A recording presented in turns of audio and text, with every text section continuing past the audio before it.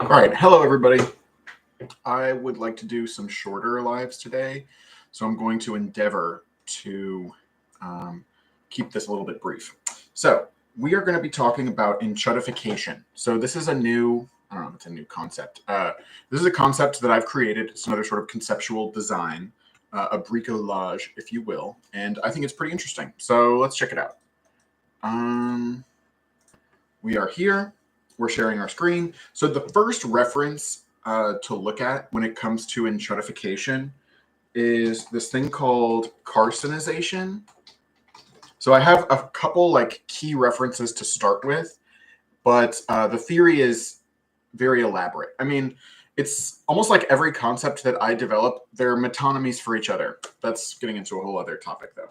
So carcinization, what do we have here? So this is basically the idea that there are multiple different kinds of crabs, and they're not all related to each other that directly. It's not like there was one crab and now there's all these different types of crabs. There have been many different types of creatures that have evolved or over time come to resemble what we call a crab. And there's this topic called carcinization. So the way in which the many attempts of nature to evolve a crab. It's very interesting. So the point for me in invoking this is basically to talk about this process where there's like convergent, I don't know, there's like a convergence of development that leads to a certain place, which is in this case, not being a crab, but being a chud. It might also help, first of all, to talk about what is a chud, because it comes from a movie, actually. The original idea for the acronym CHUD comes from this, and it stands for, oh dear, it stands for something about, oh, here we go. Sorry, it's right up here. Cannibalistic humanoid underground dwellers. So CHUD, arises as a slur. And then if you want to look at how this is usually used, we can check out the Urban Dictionary. So oftentimes chud is applied to like right-wingers. I don't know if that's going to come up here, but we have here an unattractive person whose defining characteristic of their personality is their egoism. Most often used to describe typically one-dimensional, perhaps particularly mean insult. It should not be thrown around lightly. Okay, I mean, whatever. So it's used as a slur, but similar how other slurs can be reclaimed, I'm trying to reclaim this idea of chud. And you'll see me, in case you know about, how I interact with people, I definitely can use harsh words sometimes, and I'm trying to get better about that. But, I want to emphasize that in the way that I think about it, everybody is a chud. And in a broader sense, like I would never call anybody a name that I don't think applies to myself. So I think that's really important, and it ties in with a lot of my broader cosmological ideas. But so a quick way to think about that is, for example, Maya, right, from Hinduism. Let's see. I also need to okay, this is finally where I'm going to take the time to say, like, what should I be saying instead of Hinduism? Hinduism is a bad name. No. Maybe alternative, because this is me this is my process of dechudification, because this is an example of how I'm a chud, right? Like I keep talking about Hinduism. I like to invoke different things like Leela and so. But, it's come to my attention that a lot of people don't like the term Hinduism. So, okay, instead of the term Hindu Dharma. Okay, so we could say Sanatana Dharma. Practitioners of Sanatana Dharma. Anyway, so we go back over here and we're looking at Maya. The point of this for me is that, according to Sanatana Dharma, in a case what I'm talking about is Hinduism. That's funny. But the point is, Maya is a word for reality. It's like where our experience comes from, but it also means illusion or magic. So there's a way in which basically the Hindu religion is saying that we're all chuds, right? Because we're limited, right? We're limited in our egoism. It also has come to my attention that, when I talk about chudliness, I'm talking about something similar as when people are talking about human nature, right? Or it might be better to look at this in terms of classical realism. Like if you look at, so this is like stuff like Thomas Hobbes, Machiavelli. So classical realism differs from other forms of realism in that it places specific emphasis on human nature and domestic politics. Okay, but so what does it mean by human nature, right? That might be, oh dear. So let's see if we can get,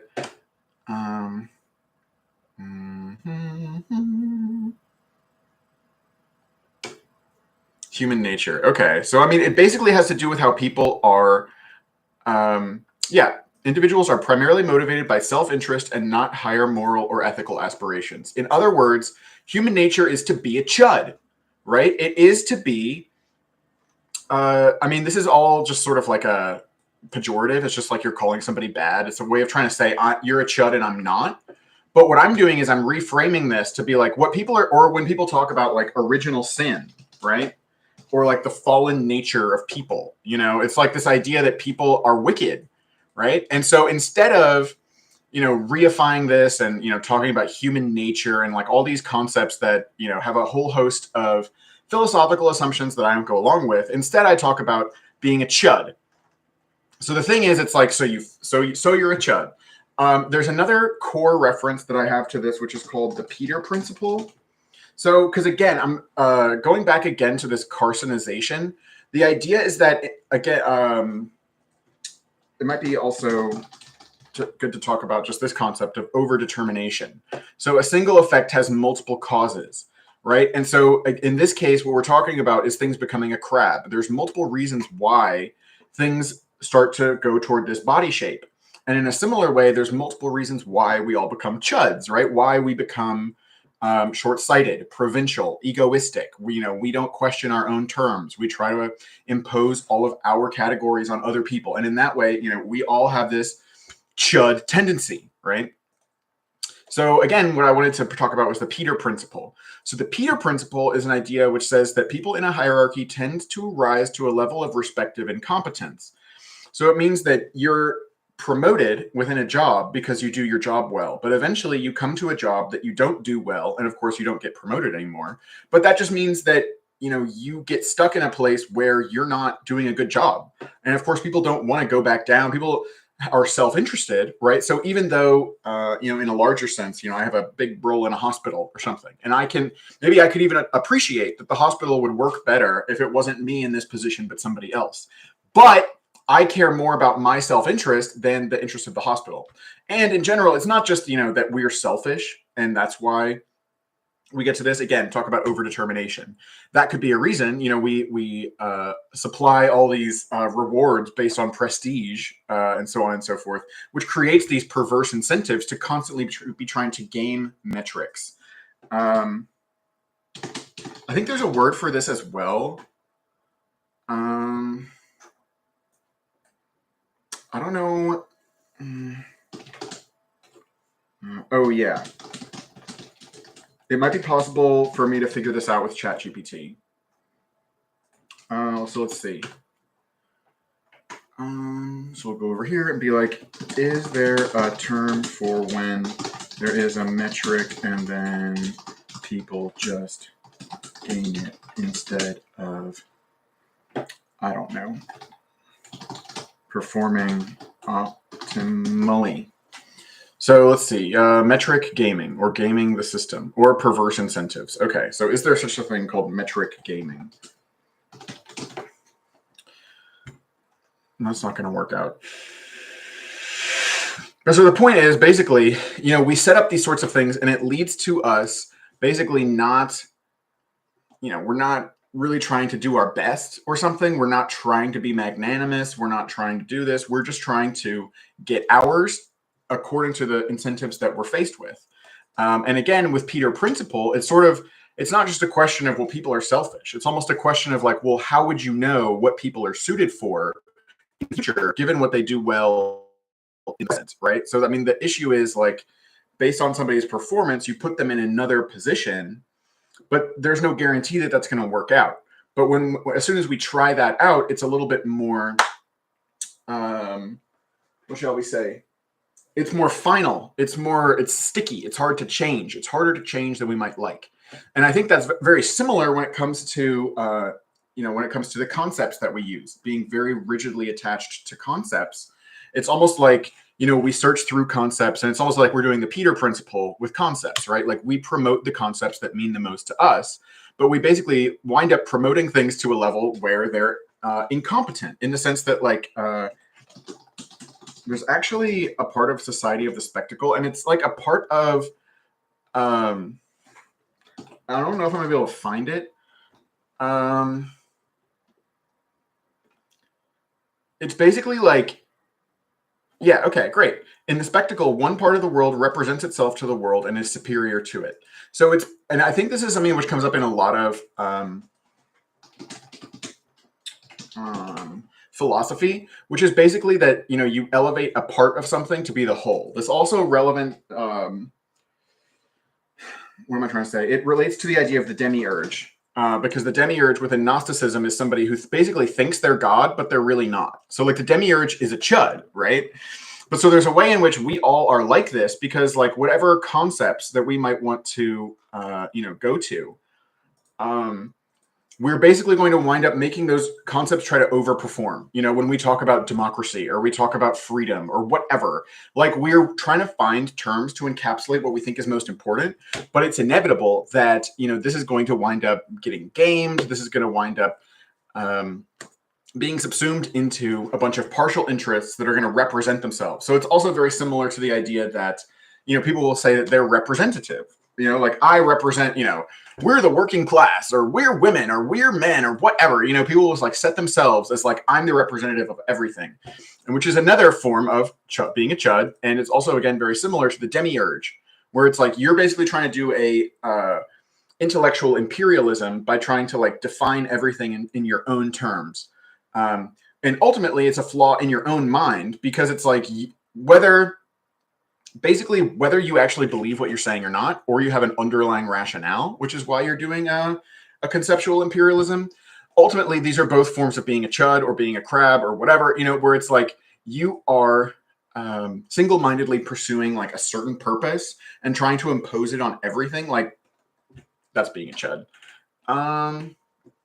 But fundamentally, it also means that you are a slave to a rigid interpretation of concepts that you have inside yourself. So that's another aspect of being a chud. That's why it also, when we start to get into dechudification, that's actually where this term came from, because there's something called debaathification.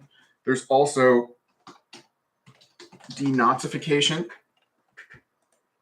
And so like these are actually trying to talk about like removing groups from a power structure, more so than like you're trying to make people stop being Nazis or stop being Boths or something. Maybe there's something to say there in terms of like, we are chuds.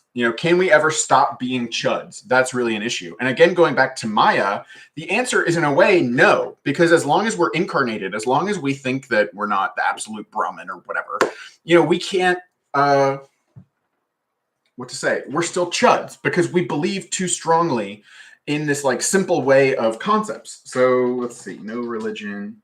I keep coming back to this because it's like, is this going to work? There's a lot of places to find this. This is linked on my subreddit. But so Buddha Dasa gave a talk about there being no religion. And it's similar to what, Sri Ramakrishna talks about when it comes to, all religions lead to the same place. I think there's a way in which saying, from a perennial philosophy perspective or something, there's a way in which saying like, well, everybody's right, but also everybody's wrong. Like in a way, there is no religion. And on the other hand, all religions are one. And there's no way to really get past that level of understanding, because like the issue is with language itself, like that we can't express things. Anyway, so like dialectical monism. So like the unity of things, it has to be expressed in terms of division. I think it also comes down to binary maybe it's just like on the page for structuralism. Oh, binary opposition. Right. So it's like we have an issue thinking in terms of binary oppositions, but in a way it's impossible not to, right? So when we start talking about, what can we do, right? In terms of like, we're chuds, we're short-sighted, we can't help applying, we can't stop projecting, right? And all this sort of thing. If we can first become aware of it, I think that's a good step. Of course, even when we become aware of it, we can also just start enabling ourselves, rationalizing ourselves. It's like you understand you're an alcoholic. So what do? You understand that you need to hide it from people, right? That kind of thing. So again, gaming it, right? Where it's like, we're going to set up a metric for how people, cannot be chuds, and then it's going to be gamed itself. So, I mean, that's inevitable, but I mean, what are you going to do? So when it comes to dechudification, it's going to actually wind up going into another topic that I want to cover in a different video, which is called conceptual churn. So I want to get to that in a little bit. But so the last thing that I want to say about this is that in terms of enchudification and dechudification, I guess I should put it like this. It's like, I think about it very similar to the idea of, that we start out as the absolute, right? Or that we are always the absolute or whatever. But, that we're God and we decide to come down and have fun. And again, this is like Leela, right? It's not just my psychosis or whatever. There's a whole whatever, instead of being objective or achieving any purpose, is rather an outcome for the playful nature of the divine. As the divine is perfect, it could have no want fulfilled. So basically, the divine has incarnated. So when we forget that we're the divine and we become like individual things or whatever, that's us becoming a chud, right? And it's another way of talking about, that we're fallen, but it's not like there were perfect people and then they fell. It's that in order to be incarnated, you've got to have limitation. The way I think about this it's funny. I like to rail against Immanuel Kant in terms of their elaboration of, the conditions of possibility.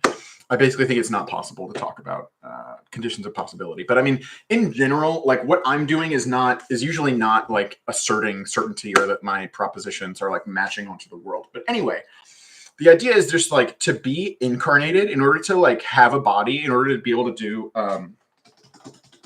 embodied cognition.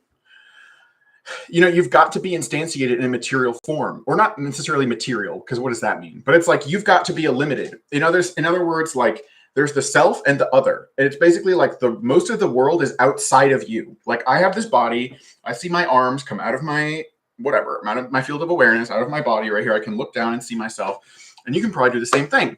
But so I think that there's other qualities that go with that. So for example, I think uncertainty is a core aspect of being embodied. So it's interesting to think about this in spiritual terms because it's not only people who are incarnated, it's not only people like here on earth or whatever, mortal beings or whatever. It's not only us which are incarnated. So if you want to think about Svarga, for example, like Svarga is a place where, people go and chill for a long time. Or I think it's even better. It's a funny term, but pure land. But so I don't know if it's going to give me what I want. But basically, like in Pure Land Buddhism, they have a form of heaven where there are people who, maybe you can live for a million kajillion years or whatever. But the point is they're not actually in nirvana. So like there's an issue, and I guess it's not in this, or maybe they don't refer to it in the way that is easy for me to find right now. I'm not sure if it's on this article or not. But basically, the issue is, like, even for people who get to live forever and they have all these pleasures and whatever, and they're very wise, whatever, they're all loving and whatever. The issue is that people are still attached to the idea of being embodied, right? And so according to Buddhism, right, they fail to attain full enlightenment or whatever because they're still attached. So the point for me is that even archons, any being you can think of, any demon, any angel, like if there's some God, like the Mormons think of, like God is like a being, but it's like whoever's a being is a chud, right? That's my point. Because within, again, this it's sort of where I'm agreeing with, I'm not going all the way along with Buddhist or Hindu cosmologies because I have my own. But in order to just sort of like talk to you about this in a way that doesn't sound completely psychotic, it's like, oh dear. Again, it's like this idea of being a chud, this idea of our limitation. It's not just because, we're assholes or whatever, we're right wing, whatever. It's like, it's a structural element of our experience of being incarnated. And so enchudification and dechudification relate to what I refer to as the way down and the way up. So you can see this. I don't know if it's going to come up. Yeah. So here this continues to be one of my greatest pieces of writing ever. But so basically, like, we start with in a way, the way down comes first, but we start with the way up because it's more relatable. It's basically like everything we do, like there's a political crisis, like, like think for example, like you're in a war, right? Like I don't typically think of myself as a warrior, but even you're just trying to fight a war, right? That's a place where, you got to let go of preconceived notions in order to fight effectively. Like it's sort of like, now I'm going to the comments on Society of the Spectacle. Let's see if I can find it. It's where De Boer is talking about firing in line. So, right. So the point is that people who, the new tactics demanded an abrupt. So De Boer is basically talking about how people used to, if you think about The Patriot or some movie like that, where it's like everybody shows up in a line and then it's like we all shoot at each other and then they all shoot at us or whatever.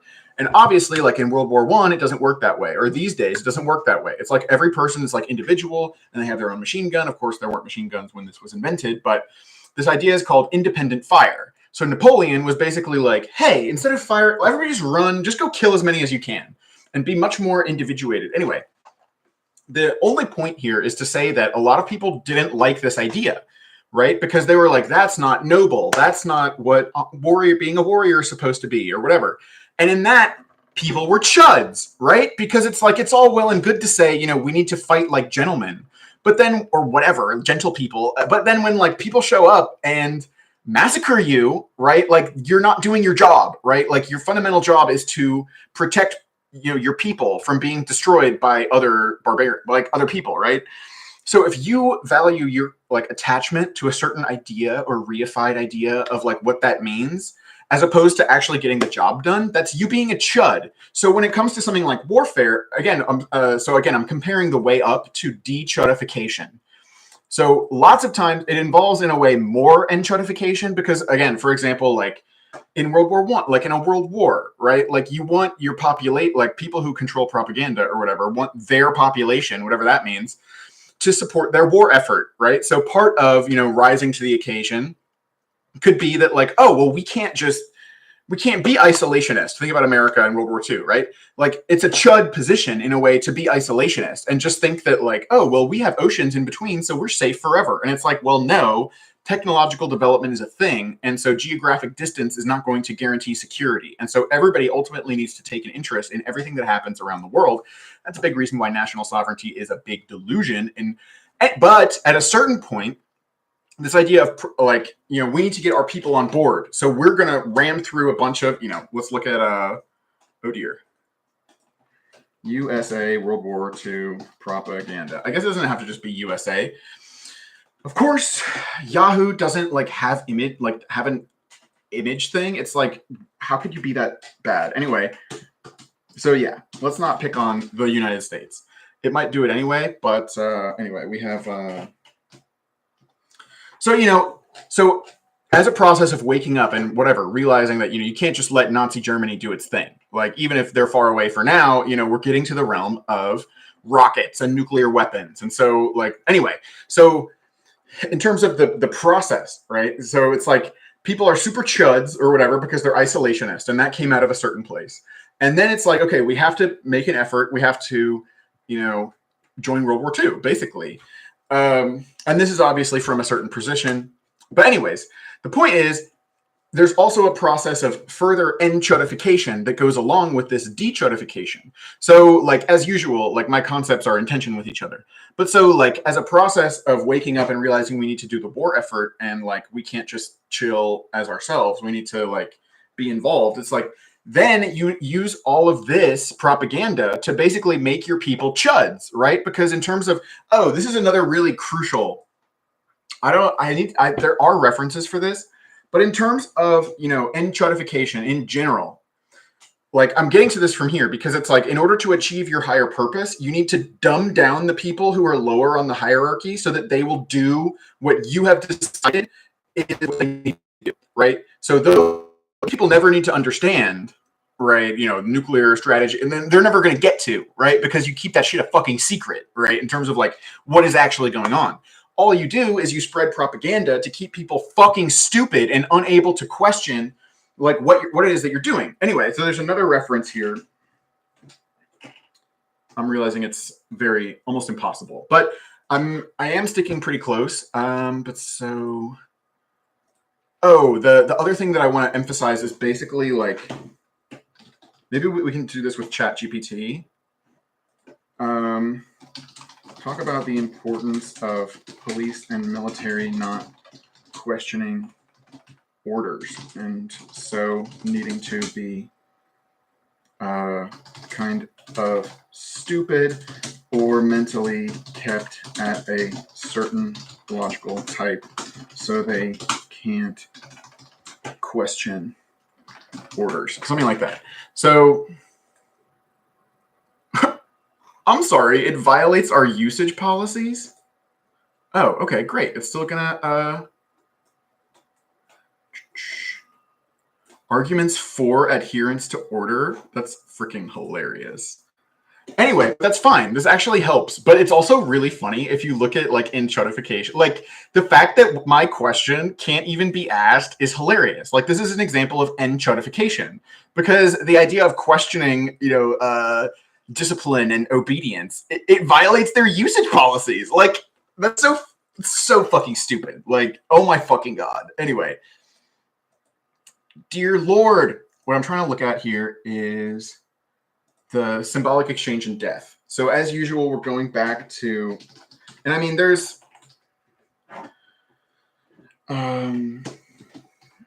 basically, Baudrillard quotes this person named Anthony Wilden, who wrote this line, which is, all dissent must be of a higher logical type than that to which it is opposed. So then you go look at logical types in terms of, oh dear. Oh my goodness, right? We already had it. I just don't know why it wasn't coming up. Anyway, Bertrand Russell, the theory of logical type, rules out self-reference. First of all, it's really funny that like even in math, it's like preventing us from being reflexive. Anyway, in order to prevent the emergence of antinomies and paradoxes, right, again, so we want to simplify things so that they make sense. So we just impose arbitrary things without, anyway.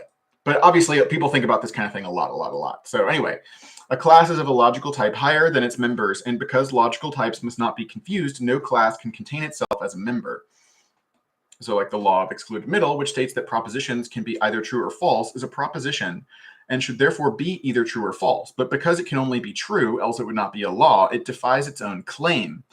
Russell's solution is that the law is a proposition about propositions and must not be confused with propositions to which it refers. See meta. So yeah, I mean, basically, there's a whole lot of here that I would basically say, yeah, people like you want people. A lot of people try to save discourse, and like you're contorting it so that it works, and that's another form of chudification, right?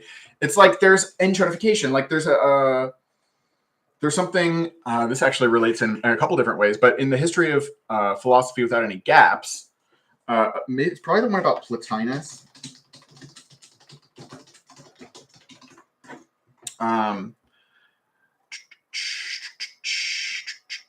Maybe it's here. Basically, like, this is where I came across the idea that Plotinus believed in an undescended soul.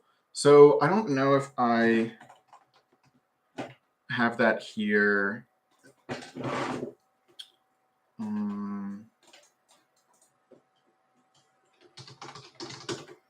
Dear Lord.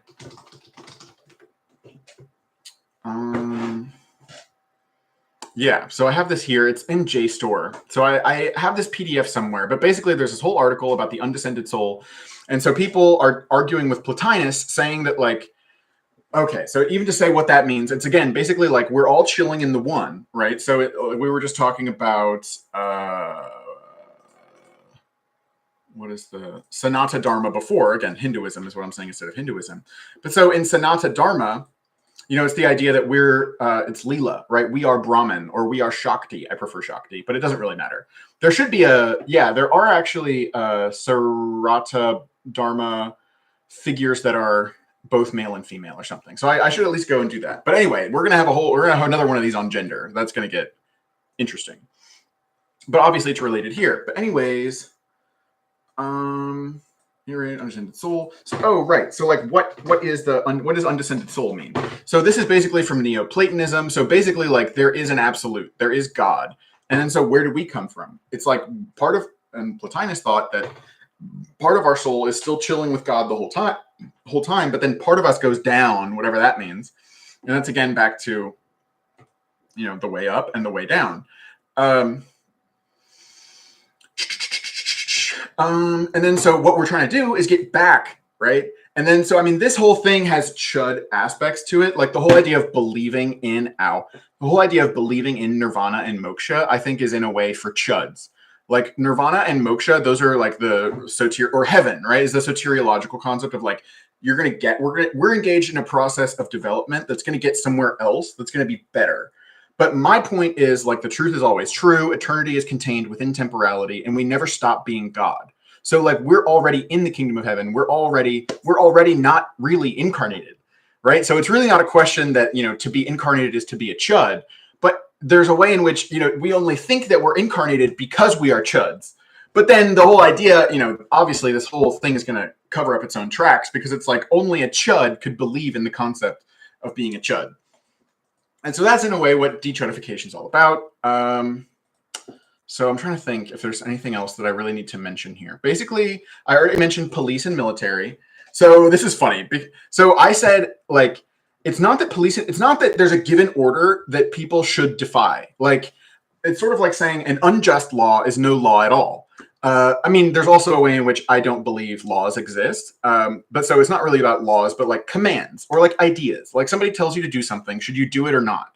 So I'm not saying like only chuds do what other people tell them to do, right? Like, oh, somebody asked me to help do chores and I'm just like, oh no, I refuse. No gods, no masters. It's like, no, like, the question is like, is it a good idea or not? And so what I'm trying to say in terms of, the theory of logical types and enchudification is that you try to create police and military so that they're like not only predisposed not to question orders, but that they are fundamentally incapable of doing so.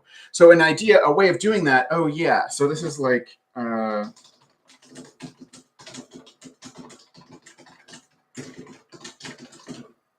see if this can come up. No, this is not going to work. This is like where ChatGPT is going to come up. It's going to help out. No.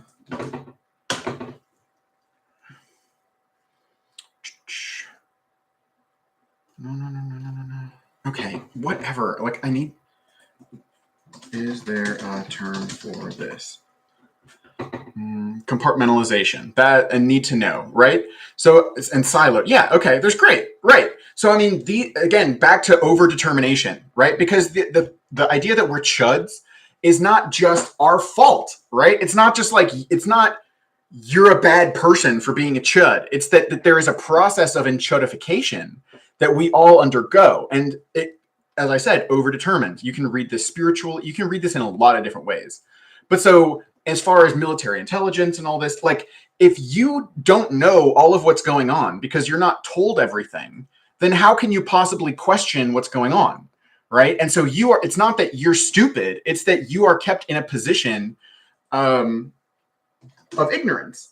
So it's sort of like underdevelopment. It's like, because there's a whole thing of like, how did Europe underdevelop Africa or something? So it's like, it's not just that people are underdeveloped, people are barbarians, whatever, people are bad. It's like people are constructed in this way. And people are often like put in a position of poverty and then blamed and then like act as though, and this gets another intrinsic aspect of being a chud, right?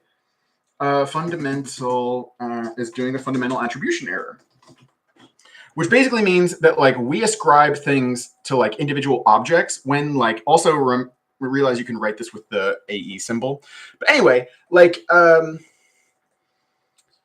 we ascribe to like the essence of an object. It's like, oh, that person is a bad person. Or like you'd be like, Adam Stephen Wadley just is psychotic or something. Or you'd be like, I am crazy. I am an asshole. Like whatever it is, or it could be whatever. It could be a good thing too. But anyways, it's like we ascribe like fundamental attributes to things when like oftentimes those things are only that way in a certain context. So like you meet somebody and you think they're really mean, and then later on you find out that their dog just died or whatever. They just got fired. You realize that like you're seeing something in a certain context, not just like all of its potential, but its potentials have already been actualized according to like response to environmental factors. So that's sort of like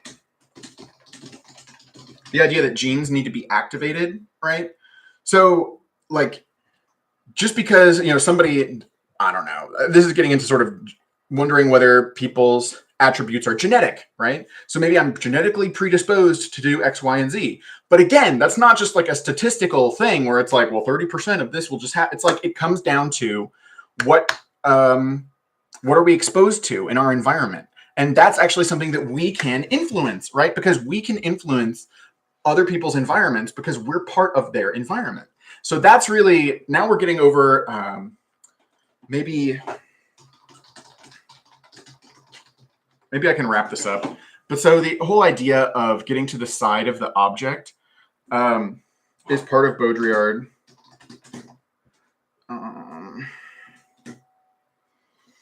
So a fatal strategy, by contrast, recognizes the supremacy of the object and therefore takes the side of the object and surrenders to its strategies, ruses, and rules. I think it's more a way of saying that the idea of a subject is like only a chud would believe in a subject. So also only a chud would believe in an object. And again, so we're transitioning. So yeah, I want to track that down as well. But anyway, like Baudrillard here is talking about tearing out his own terms from discourse, and that's what conceptual churn is going to be. But I want to talk about that more specifically. But so we don't really believe in the object either, basically.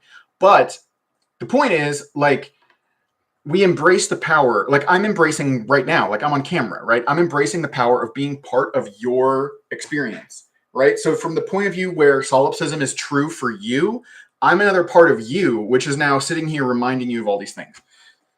Anyway, so I think there's a way in which what Jean Baudrillard is referring to in this idea of going to the side of the object, and again, you can read about this in Fatal Strategies, and that's all available under the archive.org link that I've posted. I think this has something to do with dechudification, is basically my idea. So we're going to kind of leave it there. We've been over a lot. So basically, enchudification is basically the process by which we become assholes and short-sighted. And, we're continually, gaming metrics. So it's like we're constantly talking about what's true or whatever. But we want to create self-serving narratives. But that has to do with how we understand ourselves and what serves us. So even as we're trying to be selfish and take advantage of other people, we could be mentally colonized to the point where, like, we have been seeded with ideas of like who we're supposed to be. So now we're basically slaves to other people, even though we do what we want to, because our desire or whatever our decision-making mechanism has been hijacked. But then, basically, if you keep zooming out and out and out, you go through like political paranoia and, critique and all these things. And so it also balloons up to this high metaphysical level, where it's like the way down has everything to do with the process by which it's possible to experience anything at all. Oh, and last thing that I'll say, this is from Christian theology or something. But it's the idea that, enchudification, it's not a bad thing. Like, it's not to be rejected. But so in articulating this enchudification theory, I just think it sort of brings together a lot of concepts. I'm going to collect all these links and make a post. But so this is basically the idea that it's good that, there is sin or that Satan exists. And remember, like, Satan serves God, right? And now we're back again to this like central theme of theodicy, right? In a way, we can't get around that. So why are we assholes? Why are other people assholes? Why are people like stuck in nationalism? Like, why are they doing all this bullshit, right? Why are they trying to articulate gender identities? Or why are they, coming to attack your, conception of identity? Like, why is that happening? And it's like, that all has to do because of the process of enchudification. Like, we chose to come down here and incarnate, and part of the process of history is that all this shit's been going on. People have been telling stories about it. So these stories have gotten really locked in, and now the stories that we tell are themselves part of the problem. So, like, also all the parts of the story that we have talk about this idea of like, we can be better, you know, like judge people on the content of their character. In other words, like, stop trying to classify everything and go into a case-by-case basis. And that has everything to do with dechudification. But articulating that is, in a way, the poetry of becoming God. Because it's like we constantly have the anxiety, right? Because it's like, I like Baudrillard or whatever, and Baudrillard starts off as a Marxist. So then people winds up criticizing the idea of the left-right distinction. But if you criticize, most people will be like on the left, right? Will be like, people who criticize the left-right distinction are just on the right, right? But this gets into the idea of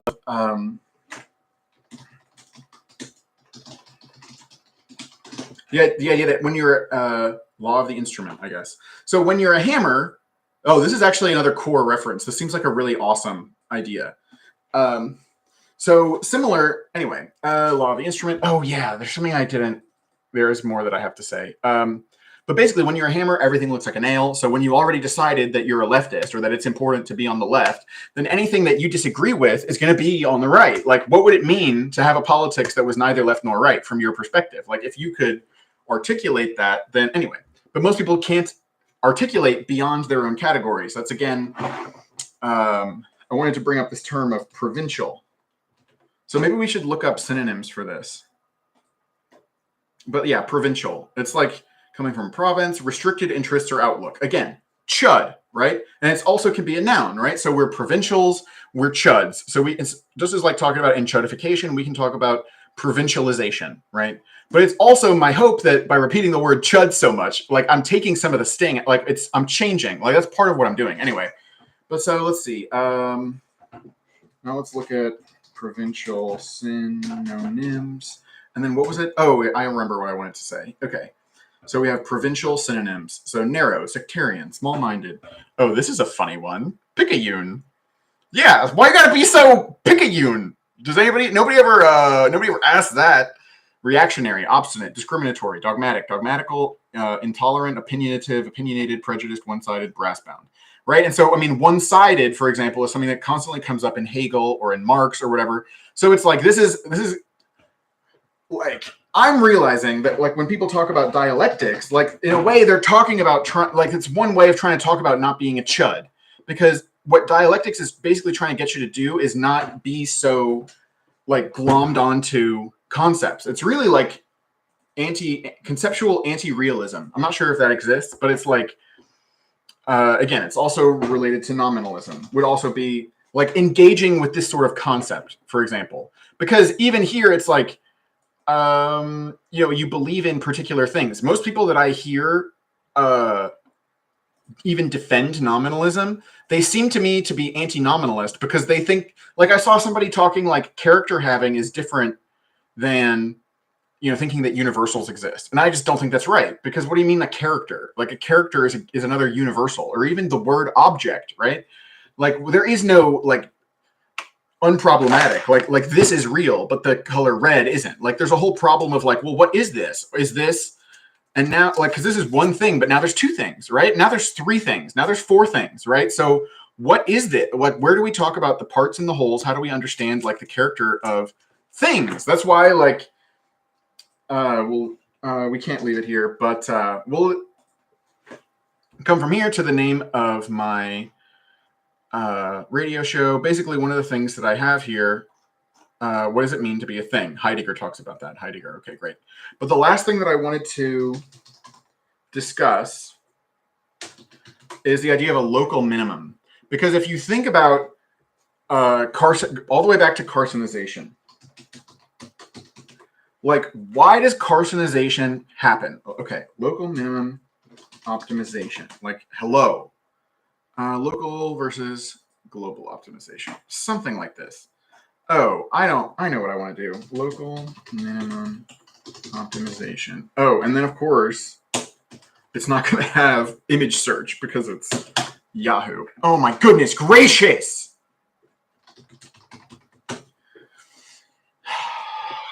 Urge to kill rising. Local minimum Optimization.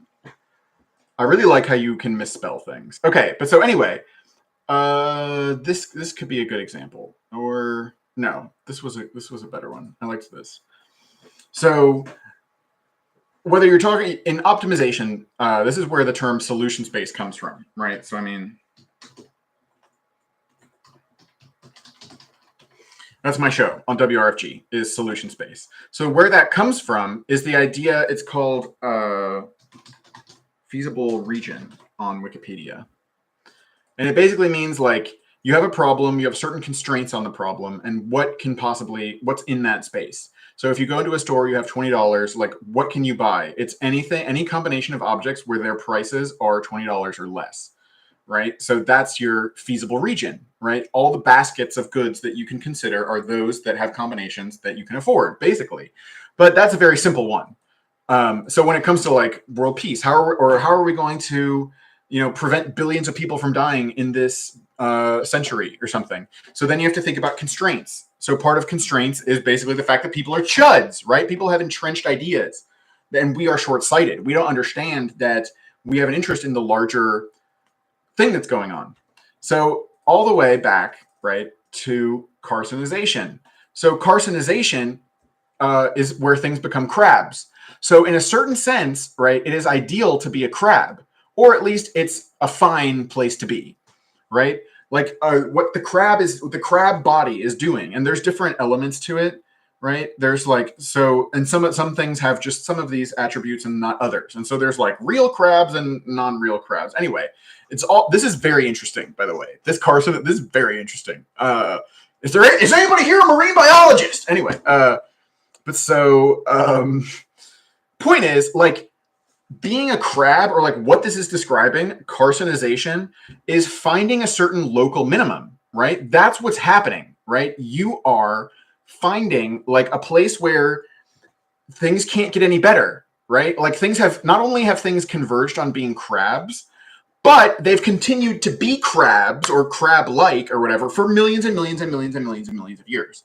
So basically what I'm saying is there's a certain way in which like being a crab is the best way that you can be like in that environment. Okay.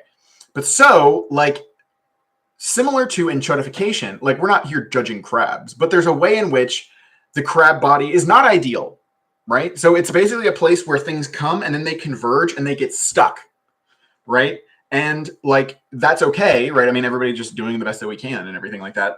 But, like, I wonder how many crab species have gone extinct, right? Because of in the Anthropocene, right? So the issue is, like, you can be a crab and you're doing great or whatever in your environment, but are you ever going to be able to go to space? Are you ever going to do genetic engineering? Are you ever going to write, And who knows what crabs think about? Maybe they're huge philosophers, and maybe in their meditation, they are co-creating the universe just as we all are, or something.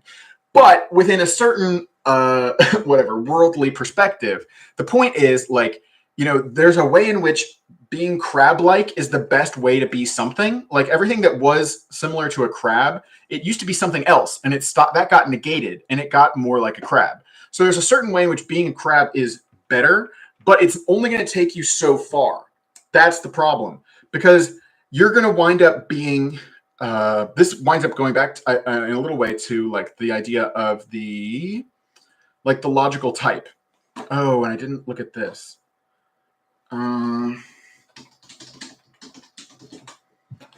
Let's see if I can do this. Oh, okay. Okay. Camus. So we're going to get to that. But again, like this idea of the logical type. So in a way, like, and then back here, identity is untenable. We're going to come back to this for our gender episode. But anyway, dissent. You don't have to think about it as dissent, but think about how powerless we are when we're at a lower logical type. So what does that even mean, right? So the theory of logical types. So like things that are at a higher logical type are able to abstract over, everything that we know, So like having a map, for example, if you have a map, you're at a higher logical type because you have this thing which is all of a sudden like doing all this work for you. Like you have all this it's, it's all the information about the land. People walk around and then they recount it. They draw a little portion of a map, right? And then you join together all these little maps and you create like something which basically starts to make you more powerful. And technology is like this. And so control over technology and, not just participating in social discourse, but engineering social discourse, right? So this gets into the idea of social engineering, which I realized is like something within like not cybersecurity, but security studies, basically. It's not just saying like, it's not just a conspiracy theory, like, oh my God, man, but it sort of is that, right? It's like, so are you at a level where you're meta and you're like discussing things and you're like in command in a way, or are you at a lower level? Anyway, so this is where also a distinction that I would talk about in terms of warfighting concepts and weaponized concepts. So like a warfighting concept is something that you're using to try and win the war. So it's like concepts that you have that are, have to do with what you're doing. It's like how it's the terms you're thinking about your project in as you're trying to do it the best that you can. On the other hand, there's weaponized concepts. So like I would look at it. So I mean, people talk about this. Woke is co-opted and weaponized.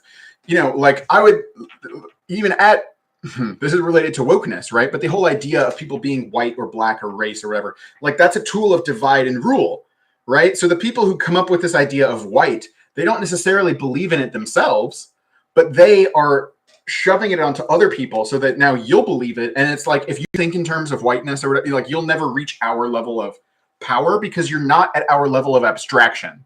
So like, you're not talking about what we're talking about and what really matters. Like you're talking about some stupid thing that we like seeded as discourse to make everybody. But then again, that feeds into uneven and combined development. So in the process of dechudification, we need to be able to see that it's not so simple to even understand, when are people subsumed and what sorts of agency and whatever, like in what ways are people operating at higher logical types than we might understand, right? Where am I being a chud and where am I seeing chudliness in others? So uneven and combined development of like our ability also goes along with and is also the same as what was being discussed here in terms of the uneven and combined development of productive forces or so on. So yeah, basically the crab found a local optimum solution, but it could be destroyed by people like us, right, who found a higher maximum, right? Because it's not just we're going to survive on the bottom of the ocean or whatever. Like we might go to space. We could do genetic engineering. Like a crab is never going to be able to do genetic engineering.